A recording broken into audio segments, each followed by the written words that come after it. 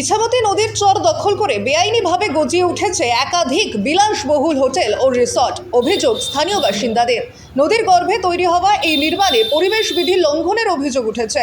পরিবেশ প্রেমীদের দাবি, জোয়ারের জল রোজ ধাক্কা মারছে হোটেলগুলির গায়ে।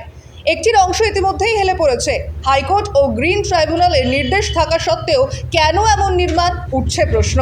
এই অবৈধ নির্মাণ ঘিরে রাজ্য পরিবেশ দপ্তর, সেচ দপ্তর, টাকি পুরসভা, বসিরহাট মহকুমা প্রশাসন ও পুলিশের কাছে লিখিত অভিযোগ দায়ের করেছেন আইনজীবী তন্ময় বসু। তার অভিযোগ, রাজনৈতিক প্রভাব খাটিয়েই চলছে এই বেআইনি দখল ও নির্মাণ। টাকি পুরসভার ইছামতি নদী, ওটা একটা ট্যুরিস্ট স্পট, আপনারা সবাই জানেন। সেখানে রাজবাড়ি ঘাট সংলগ্ন এরিয়ায় একের পর এক বিলাসবহুল গেস্ট হাউস এবং তার সাথে সাথে হোটেল এবং রেস্টুরেন্ট তৈরি হয়েছে।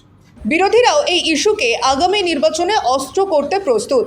Bureau report, sky news Bangla.